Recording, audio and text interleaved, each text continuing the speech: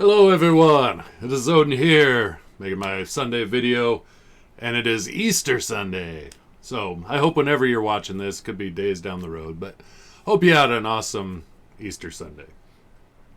And with Easter Sunday, whether you celebrate it the Christian way, celebrating the death, burial, resurrection of Jesus Christ, whether you celebrate spring equinox, or whatever you celebrate. I'm pretty sure I could go out on a limb and say all religions and belief systems have some kind of way to celebrate this feeling of new birth and springtime and resurrection.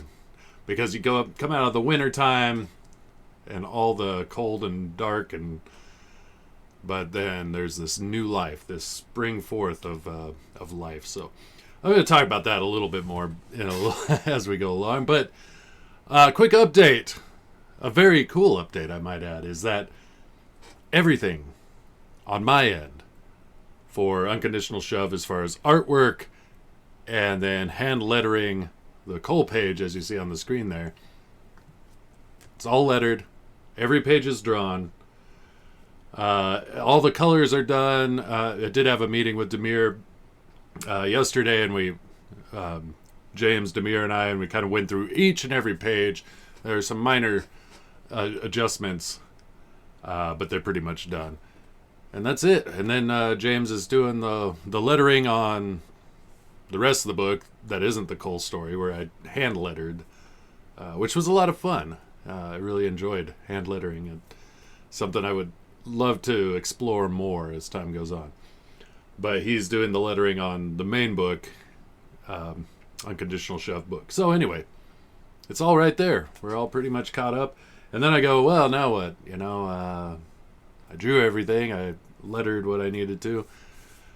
It's right on to volume 2. I've got some ideas kicking around my brain in the old melon, and probably do quite a bit of conceptual drawing, sketches and whatnot to get some idea of what I want to do and how I want it to look, all that good stuff as we go into volume 2 of Unconditional Shove. So that's the exciting news with Shove, and I think that's cool that it coincides with Easter Sunday, because I finished everything up last night watching UFC, watching Israel Adesanya win back his title, which I predicted, and he sure did with a great knockout. That was cool, because I was worried for a second, like, oh, I called it.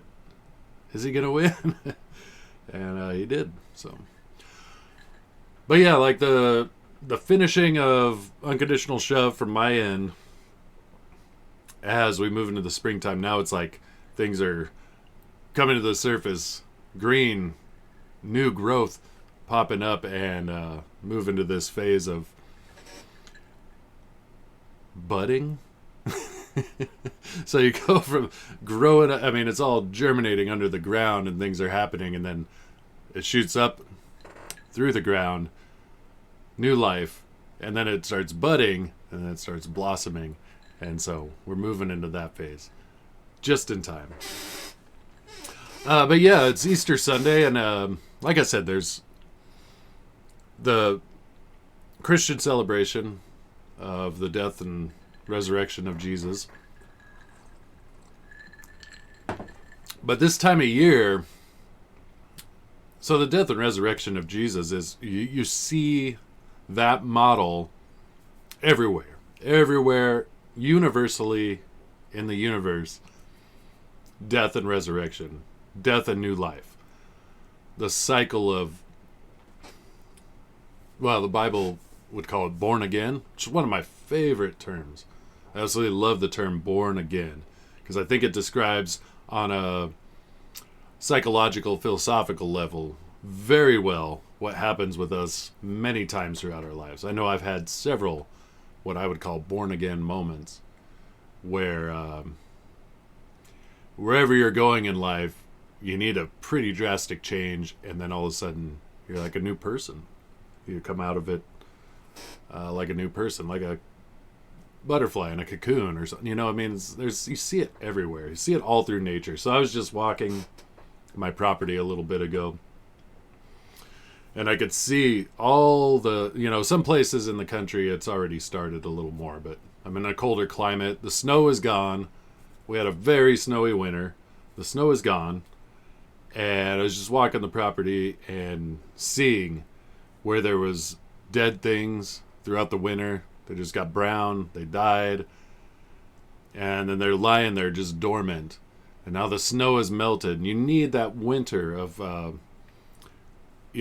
snowpack that just kind of soaks the ground and really helps make that dirt fertile for new growth.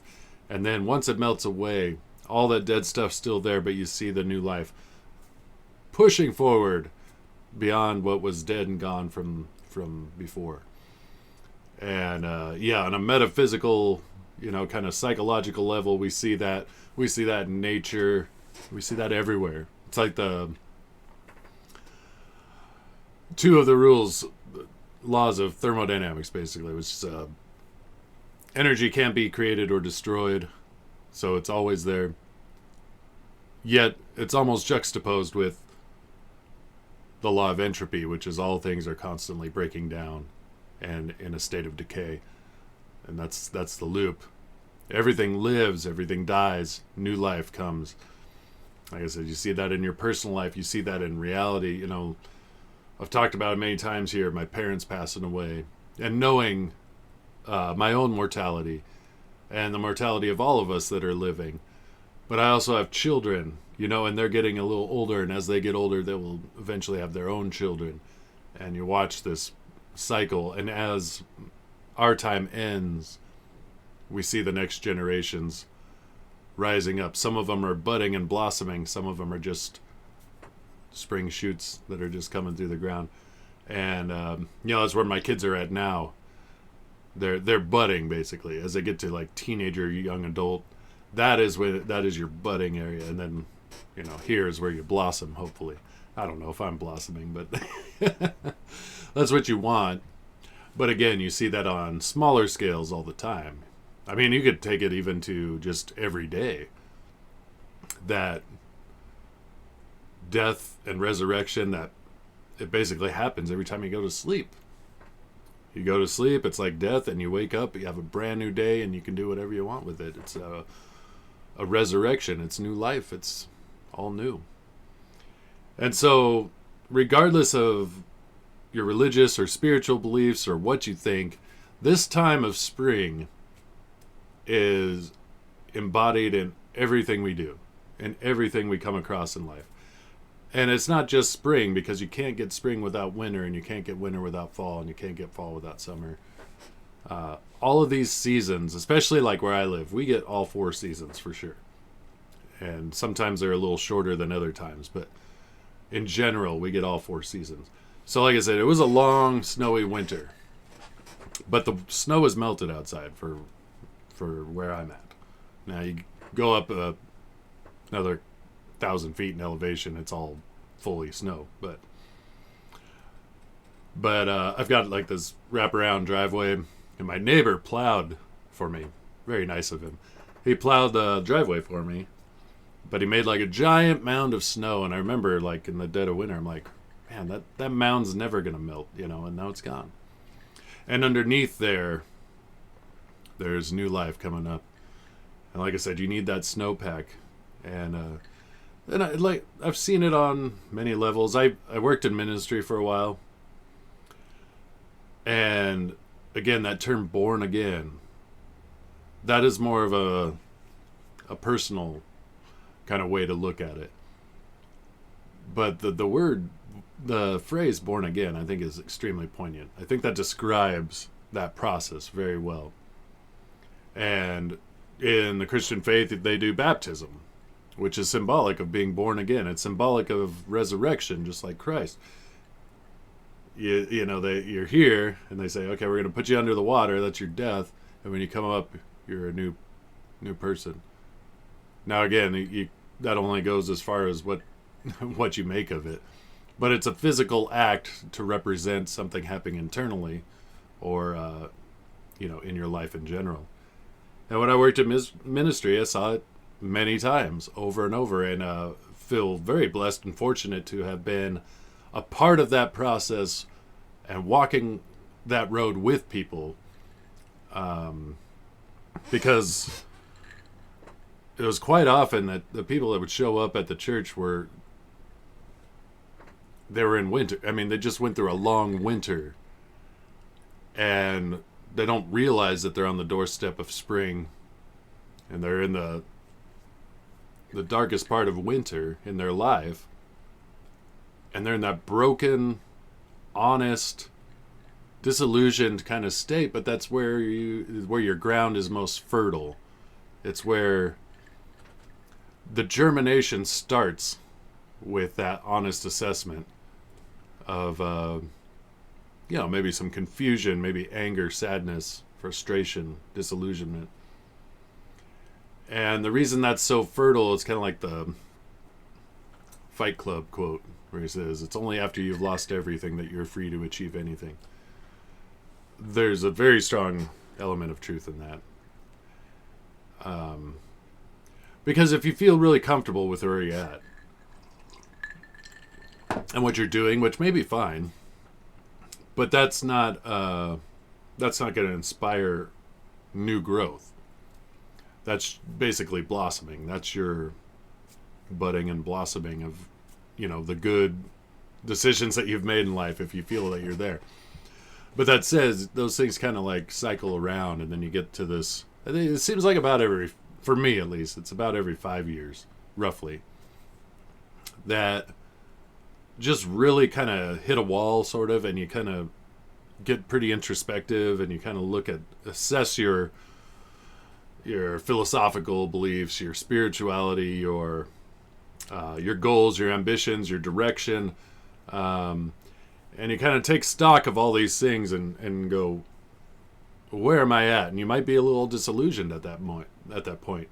But the greater the disillusionment, probably the stronger the new growth, and the more necessary the new growth. But as you take stock in that, you go like, these things are dead, or they're bringing death in my life, and these things that are nutrients and snowpack or whatever, they're the things that are bringing life. So you like kind of hold on to those, and then the dead stuff just has to kind of like fall away, and your new life can like push through. And like I said, I've seen that in my own life. I've been fortunate enough to walk through it with other people in their lives, and we go through these. Like the big ones seem like I said, every 5 years or so. The daily one, I mean, it happens daily. Every day you have a new choice and a new day, and that death and resurrection of sleep. But I remember working. So the church I went to, and I've touched on this before in other videos, but it was it was different. It was a biker church, and so the people that would show up there, like I said, they wouldn't darken the door of a church normally, but they were at their wits' end, or they were just so disillusioned or frustrated with life that they went, I have to reach out beyond myself in hopes that I can have some good grow out of the decay and the death and the darkness that I'm in right now. And so we had a 24-hour coffee shop, and I worked the overnight shift on purpose, because that's where people in that state usually show up. And I liked being a vessel to help in that situation, because I'd been there several times already in my life. And at this time I was a young man. I was like early 20s. But even at that point, I'd gone through those situations even as young as elementary school. I remember having kind of like somewhat of a come to Jesus moment, and had it through middle school, through high school. Definitely had it as a young adult, as I'd made a horrible mess of my life and really just confused and disillusioned, like I said. And so it was so important to me that happened, that I had that hit the wall, come to Jesus moment, that I wanted it for everyone else. And so as people would show up 2 a.m. at the coffee shop, you get a lot of moments like that. And one of which, I'm not going to say the gentleman's name, giant of a man and extremely intimidating. both in just stature and demeanor. But he was angry, and he would show up midnight-ish at the coffee shop, but he wouldn't come inside. And it was summertime, so it was nice out, and a lot of us smoke. And so I'd go outside and have a smoke, and he'd just be sitting there, and I'd kind of sidle up next to him and just be like, hey, how's it going? And he was angry. He was extremely angry and full of frustration. And as I would talk to him and just be there for him, I'm like, he keeps showing up every night, but he won't come inside. He just sits out here and broods, and I'm just going to be a friend. I'm just going to be somebody who's there, and I didn't know how to approach it, but anyway, from talking to him a bit, I found out his children died. And if I remember correctly, they died in a car accident. And he was still alive. But all his, he still had one or two sons, but a couple of his children died. Anyway, there was so much anger and sadness and just, he was just wrapped in this shroud of darkness. And like I said, a big, intimidating guy. And just feeling all that anger, as well as, like I said, he's just kind of intimidating anyway. It wasn't easy. It wasn't easy to go out there and just kind of like sit next to him and, it's not the kind of conversations you want to be having. Nobody wants to have those conversations. But I'm like, who's gonna if I'm not gonna? He keeps showing up here. There's a reason. He wants somebody to help, and I don't know if I'm any help, but I'm gonna be there. I'm here, and he's here.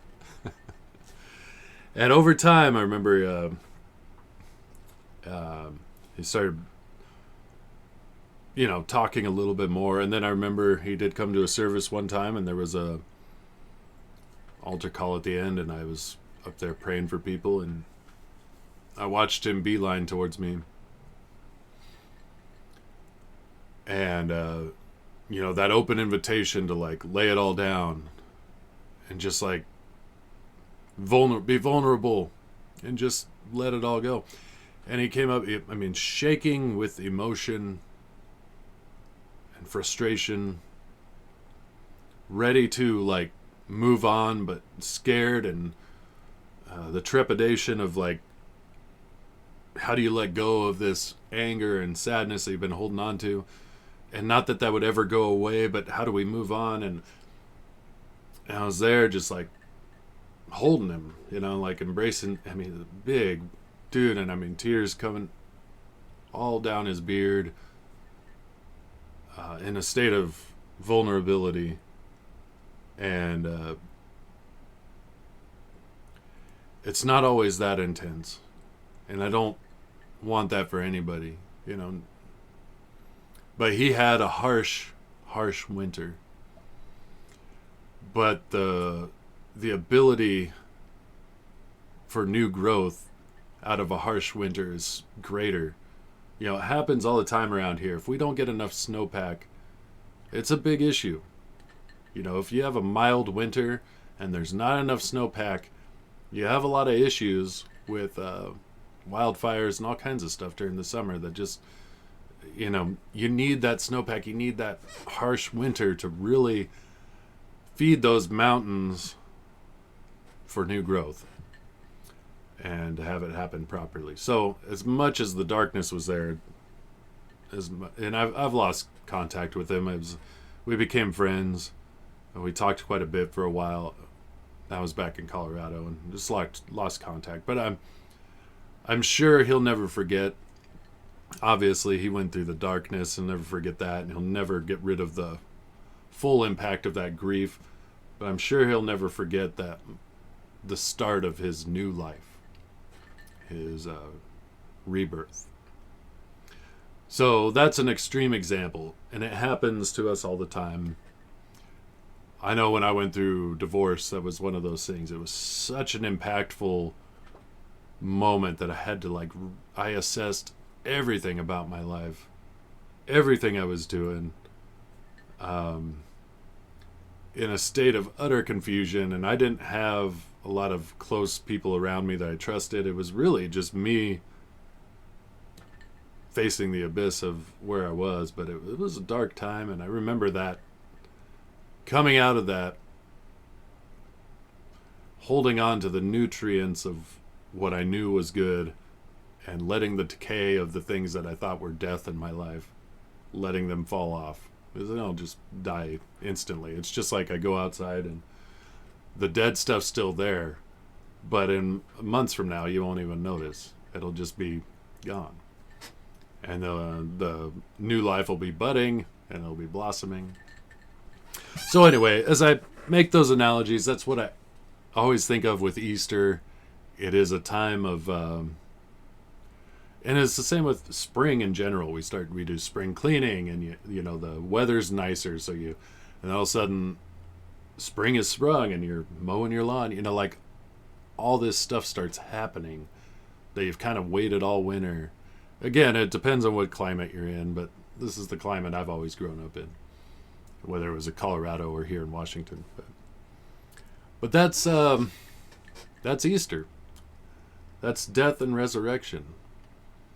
And so again, you may not subscribe to the Christian belief or you know care anything about Jesus, but the principle is always there across the board because we see it everywhere, all the time. Death and life, death and life, death and life. And darkness to light, new birth. And like I said, I love that term, born again. I wrote a song called Newborn Man in my first band, Angels of the Odd. Newborn man, which is obviously a juxtaposition because newborn and man don't make sense, but the concept was that. It was born again. That was the concept of like, because really when I wrote that song, that's one of those moments I definitely had where I was like, I don't know, you know, I'm kind of confused. I need direction. I have to reassess everything. And like I said, this seems to happen roughly about every 3 to 5 years. For me, it's probably about that much. Some people it might not be that often. But I'm really good at making a mess of things and like getting lost in the jungle and kind of going, where the fuck? How did I get out here? And having to reassess things and get back on the trail, you know. But it's an important part of life. And I think as long as you're always doing that, you'll stay vibrant. You'll stay relevant. Not only to the world around you, but the people you love and everything you do. You stay relevant by doing that. Because I've seen people just get into a rut and just stay there till they die. And that's just like slow death. So if you want to stay young and fresh constantly, as much as possible, reevaluate where you're at and open yourself up to the possibility of new life, new growth, new birth, being reborn as an adult. So yeah, like I said, wrapping up everything with Shove, it feels cool that it's around this time because I feel like it's a new phase. This whole past year has been like a new phase for me. Even though I'd been working on it longer than that, this past year, it was really around this time last year that I kind of introduced myself to a whole world of other comic book fans and creators and said, hey, I'm making something. I hope you like it. If you like it, awesome. But it's just a start, you know. I knew that from the beginning. You know, it's like, obviously I'd want Shove to do huge success and amazing numbers, but I'm very happy with how well we did, and I haven't really been promoting it that hard because I'm like, I really just want to get this first start out of the way. Like, I want to get that first step, you know. And again, that's the new life coming through the ground, and then budding and hopefully blossoming, you know, as much as it can. But you know, things that are like annual plants, you know, they do that and they bud and blossom, and then they go into remission, and then they bud and blossom and they get even bigger, and they just keep like growing exponentially until their time is done, and then something else comes along. But that's where I'm at. I'm gonna keep budding and blossoming until we reach maturity, and then see what happens. But yeah, and that's all all a bunch of mumble jumble. But I find it interesting. I love this time of year. I get introspective. I think about those things. And what's also interesting is the local theater I talk about a lot, where I go check out older movies. Last Tuesday, because they always show on Tuesday nights quite often, the older stuff. And last Tuesday they showed Monty Python's The Meaning of Life. And I absolutely adore that movie. I think what they were trying to do, I get. You know, and that Monty Python's is great, kind of like The Simpsons back in the day too, where they poke fun at everything. And like the simple dogmas that we kind of just overlook and gloss over day to day, they're just going to like poke at those and make fun of them. And they deserve to make fun. I mean, those things, even if it's poking at something I strongly believe, I think it's great to like just poke at that thing and just be like, oh, do you realize how ridiculous this sounds? So just poking at dogmas, and that was basically the whole movie of Meaning of Life. Life of Brian, they kind of did the same thing. It was kind of like that. But I like that. I like challenging the dogmas of belief systems. And Monty Python did it great because they did it with respect, realizing that there's also tremendous value in these things, even though they're also easy to be poked at and easy to be kind of made fun of and shine a light on some of the stupidity of it. They also realize there's tremendous value in these things, and these things aren't to be taken just for granted or just as jokes. So they really walked that line very well, I always thought.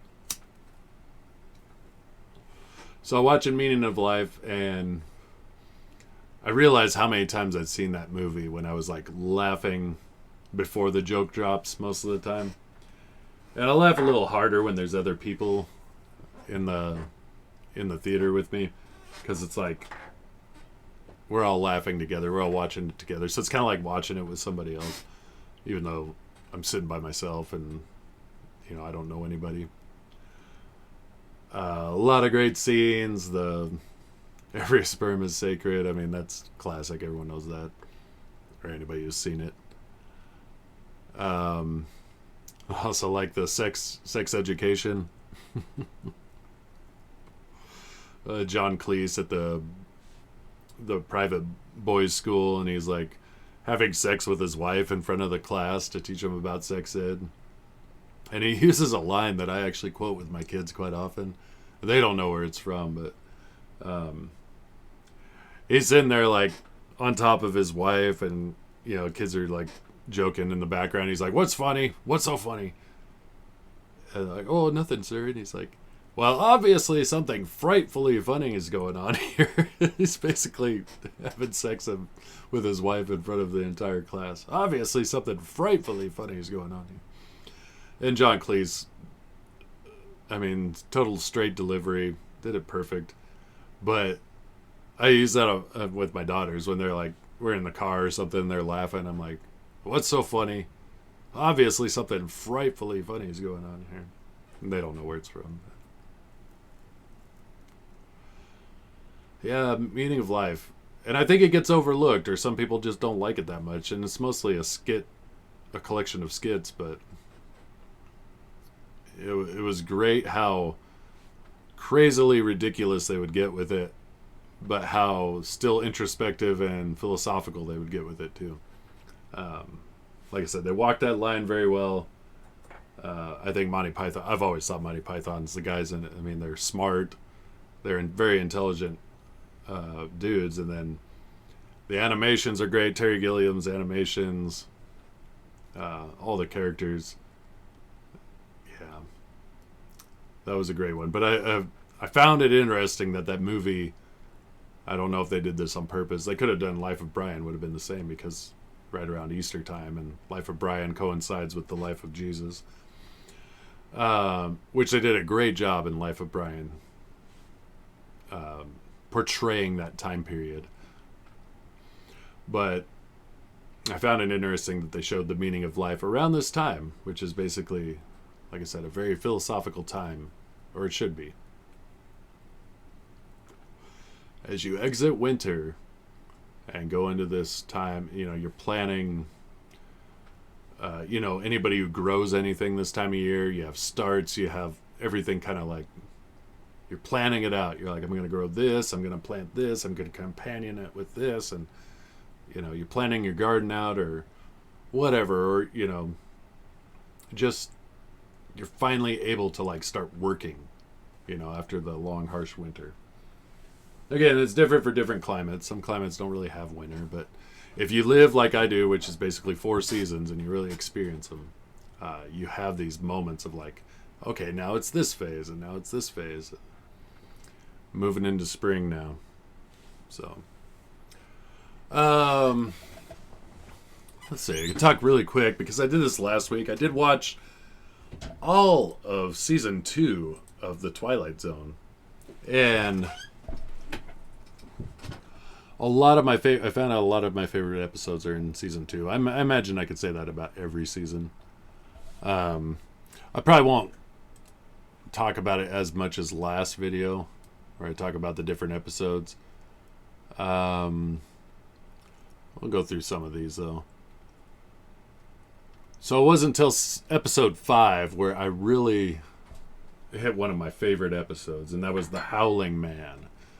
The Howling Man, where this guy, it's like the setup of a great horror story. This guy's lost and stumbles upon a castle, and it's a rainy night, and he just needs some shelter and maybe some food for the night. And he goes inside and he finds out that it's like this religious order that lives in this castle, and they have this secret. And what's the secret? Well, he keeps hearing this howling coming from this other room, and he goes, and it's a guy locked in a cell howling. And he starts talking to the guy in the cell, and the guy in the cell's like, hey, they're keeping me against my will, they're evil, this order of religious zealots, they're evil, and they've kept me here. And he starts believing the guy's story, and then he talks to the main head priest guy or whatever, who's like, no, that guy in the cell is the evil one, we have to keep him in that cell, and we're bound by our commitment to keep him locked up because he is evil incarnate. He's basically telling him he's the devil. But the guy believes the more convincing story of the man in the cell. And he goes, no, I believe you. And he lets the guy out just to find out that the guy is evil incarnate. He's the devil. And they do a really cool scene where he walks by all these pillars, and every time he passes a pillar, he looks a little more and more like what we think the devil would look like. And then the ending is really good. So that was a really good episode. Howling Man. So the first 4 were okay, but Nervous Man and $4 Room, that one was pretty good. I did like that one. Episode 6, Eye of the Beholder, which I would say is one of like 3 or 4 episodes of the Twilight Zone that everyone pretty much knows the premise, and even if you don't watch the show, you've heard it, you kind of know it just through the zeitgeist of entertainment. It's been parodied, it's been talked about.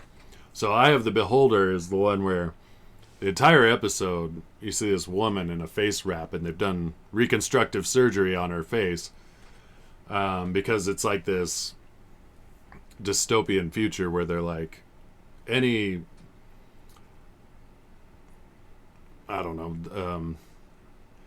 who doesn't fit the mold of what we think is proper and how everyone should look and how everyone should act is deemed inconsequential or whatever. So they're doing this surgery on her because she never looked like she fit. And they're like, yes, we're hoping this surgery will be great and that you'll look fine at the end. And they unwrap her bandages, and they did a great job with like camera angles and shadow, so you never really know the final reveal until it's time for the reveal. They unwrap her face. She has a beautiful, beautiful face. And everybody's like, oh, it didn't work. She's still hideous. She's still ugly. And then there's the face reveal that they're all pig-faced weirdos. Great episode, and the point being, beauty's in the eye of the beholder. Which has been parodied a lot. There was a Saturday Night Live where I think it was Pamela Anderson was hosting, and they unwrapped her face, and all the people have these pig faces, and all the dudes in the room are like, "Oh my gosh, she's hot," and the women in the room are like, "What are you talking about? She doesn't have a pig face like the rest of us." And I'm like, "Yeah, exactly. That's why she's hot." And pretty good spoof from Saturday Night Live on that. And I also just recently watched Planet of the Apes, which had a similar point, or a similar message in a certain point, where Charlton Heston, and he's like, "Can I give you a kiss?" to the one ape girl. And she's like, "I guess so, but you're so hideous. You're so disgusting looking." Because to her, and that's not throwing shade on Charlton Heston's looks. It was more of he's human and they're apes. And that one, I mean, that movie, I hadn't watched it in a long time. I watched it several times in my life, but it's been a while, so I decided to watch it. But it was very Twilight Zone feeling, and I always knew that. But I didn't know until I watched it this time that Rod Serling co-wrote the screenplay. And so I'm like, oh, no wonder it has that feel. It feels very much like the Twilight Zone, like a Twilight Zone movie. And, yeah, it has those twist moments. Like when he talks for the first time, that was a twist moment. And then obviously the very end with the Statue of Liberty. "You blow it up! You maniacs! Damn you! God damn you all to hell!" That moment. Which also was spoofed many times by many things. The one that comes to mind the most is Jay and Silent Bob Strike Back. When Jay is foreseeing a future of super intelligent monkeys and apes. It's like, "In this future, you won't spank the monkey will spank you." And then Jason Mewes delivering that line on the beach. "You bastards, damn yous all to hell." Great funny stuff. So anyway, Eye of the Beholder, that one was one of the most well-known Twilight Zone episodes. Nick of Time was fun. That was the first appearance of William Shatner in any Twilight Zone episode. That's where he's at a little cafe, and it's got this little fortune-telling machine. You put in a penny, it gives you a fortune, and he gets obsessed with the answers being a little too poignant, a little too sharp on the nose in his mind, even though they're very vague. It's just like a magic 8-ball or whatever. The ending was really good. I did like that one a lot. Lateness of the Hour is pretty good. The Trouble with Templeton. This is one of my favorite episodes. I can't remember who the actor was who played it, but he's an actor who played an actor. So in the episode, Mr. Templeton is a actor who's kind of like past his prime. And his first wife had passed away, and he had a wonderful love affair with her, but she passed away. And his new wife is younger, and he's an older man, but she's like cheating on him. He's like looking out the window, and she's flirting with the guy by the pool. And then he goes for an audition, and the director's just pushing him around, not respecting him or his credentials, because he's a well-respected actor. And so then all of a sudden he finds himself transported back in time to the roaring 20s when he knew his first wife. And he goes into this speakeasy, and everybody's having fun, everything's exciting. And he sees her, and he's talking with her, but she's very dismissive and very aloof and kind of treating him like shit. And his best friend's there, and he's treating him like shit. And he's like, "What's up with you guys? What's the problem?" And he's like, happy to be back in that time, but they're acting really weird. Well, it ends with him like storming out, and she smacks him for being rude, and she's like, "You need to just leave and go back to your own place." And it turns out that the entire people, all the people in that speakeasy were actors, basically, like actors from the afterlife or the Twilight Zone, basically, trying to convince him to go back to his time and live in his time and not be caught in the past. And there's this great camera work and scene where he's like finally leaving. Everything's excitement and there's music playing and everyone's dancing. And then as he's walking away, the music just stops and everybody's staring. And the way the camera work pans through everybody, because they just instantly stop enjoying themselves and they're just staring at the camera as he's walking away. And it's really hard hitting. Such a well done scene. One of my favorite scenes in any Twilight Zone episode. That was The Trouble with Templeton. Great one.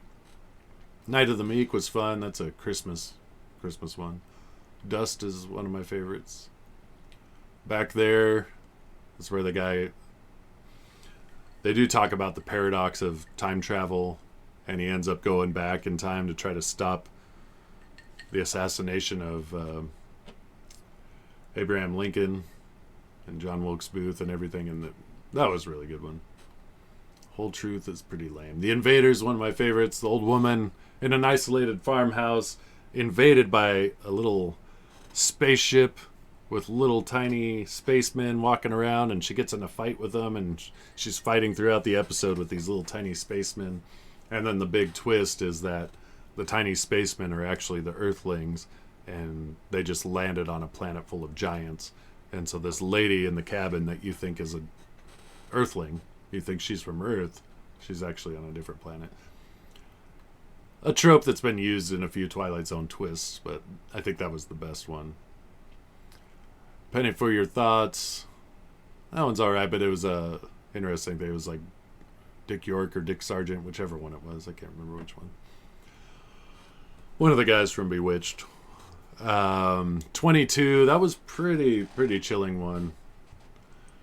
I didn't like the actors, the main actors as much, but there's some really intense, especially when you don't know what's going on. Odyssey of Flight 33 was really good. Mr. Dingle the Strong, which was not really that great of an episode, but it featured Don Rickles, which I liked. Being very Don Rickles-esque, playing his best Don Rickles. And then also another Burgess Meredith one, who he makes an appearance several times in this season, but he's always great in Twilight Zone episodes. Static was good. Prime Mover. That one was alright. Long Distance Call is, I think, one of the top 3 or 4 creepiest Twilight Zone episodes ever. And some of these were shot on video instead of film. And this is one of them, but which always gives it a different feel. But this is the one where a kid is having his birthday party, and his grandma is like really obsessed with their grandchild, and she gives him a play telephone for his birthday, and then they pretend like they're calling each other and all this. Well, then the grandma passes away, but the kid keeps getting calls from her from beyond the grave, and that's already pretty creepy. So like he's hiding it from his parents. He's like, "Oh, I wasn't," But they figure out that he's talking to his grandma. But the thing that's the most creepy and unsettling about that episode is that she's calling him from beyond the grave, and she's telling him to run into traffic. She's telling him to jump in the pond behind their house or whatever and like drown himself. She's trying to get him to kill himself to join her in the afterlife or whatever. I mean, it's extremely unsettling to think that she's like trying to convince this little kid to like self-harm to be rejoined with her. It's very unsettling. And there's an impassioned speech by the father at one point where he picks up the phone and talks to his mom, the kid's grandma, his mom. Very unsettling and creepy, but that's why it was so good. It was actually really good. 100 Yards Over the Rim was good. Rip Van Winkle Caper was good. The Silence, I did like that one a lot. That's where these rich guys at a gentleman's country club thing, and one of them gets tired of hearing this guy's constant, incessant yammering. He makes a wager with him. If you can stay silent for a year, I'll give you $500,000. Which, in early 1961, I guess, when that episode came out, that was a lot of money. And the guy makes good on it because he had his vocal cords removed. But that one has a pretty interesting twist. It's pretty good. Shadow Play is a pretty famous one, a really good episode. That's where a guy goes to court every night. He relives this recurring nightmare where he ends up in a kangaroo court or whatever they call it. And is it kangaroo court? I think I've heard that. Anyway, and they sentence him to death, and he goes to the electric chair and he gets fried, and he wakes up and he goes through the whole thing over and over again. He's trying to convince everybody in the courtroom and everything because that they're all just part of a dream. He's like, I live this every night. You guys aren't even real. You're just here part of it. And there certain gentlemen in the dream start believing it and trying to solve the mystery. But that one was pretty good. Will the real Martian please stand up? Another one of the more famous episodes. The twist being so fun at the end. If you haven't heard of that one, just check it out. I'm not going to explain it, but that one has a fun twist, and again, one of the more, I'd say, top 5-6 most well-known episodes. And then they end the season, episode 29, with always one of the most poignant, hard-hitting, and relevant episodes of Twilight Zone ever. The Obsolete Man. That's where the state, dystopian, fascist future, where the state determines on an individual basis whether the individual is viable, and if they're not, they get judged obsolete, which means they're death. Another Burgess Meredith, absolutely a great performance from him, and that episode is always it's a warning, I guess, of what kind of future you don't want. And very well done by Burgess Meredith, and just in general, the Obsolete Man. Good twist, good moral, as is typical with Twilight Zone episodes. So anyway, holy shit, I've been going almost 50 minutes. So I'm going to wrap this up. Thank you again. If you made it this far, you rock and you roll all night long. And once again, thank you, and hope your Easter was awesome, pure awesome, and that you embrace this time of new growth. Get reflective, get introspective about your life. Take stock of where you're at, refine your philosophy and spiritual beliefs, and your presence in this world and the people around you and those you love. And let the dead fall off and let new life grow through. And with that, thank you again. Unconditional Shove. Check it out. The campaign will not be up for much longer. We will close it out very soon. Part of the reason is I just wanted to make sure I was done before closing it out. And I am done. Demir is almost done. James with the lettering is close to being done. So limited time. So check it out if you haven't. Strongly consider backing it to get in on the ground floor and get this first print edition, which will have the Kull story. No other print version will have this Kull story.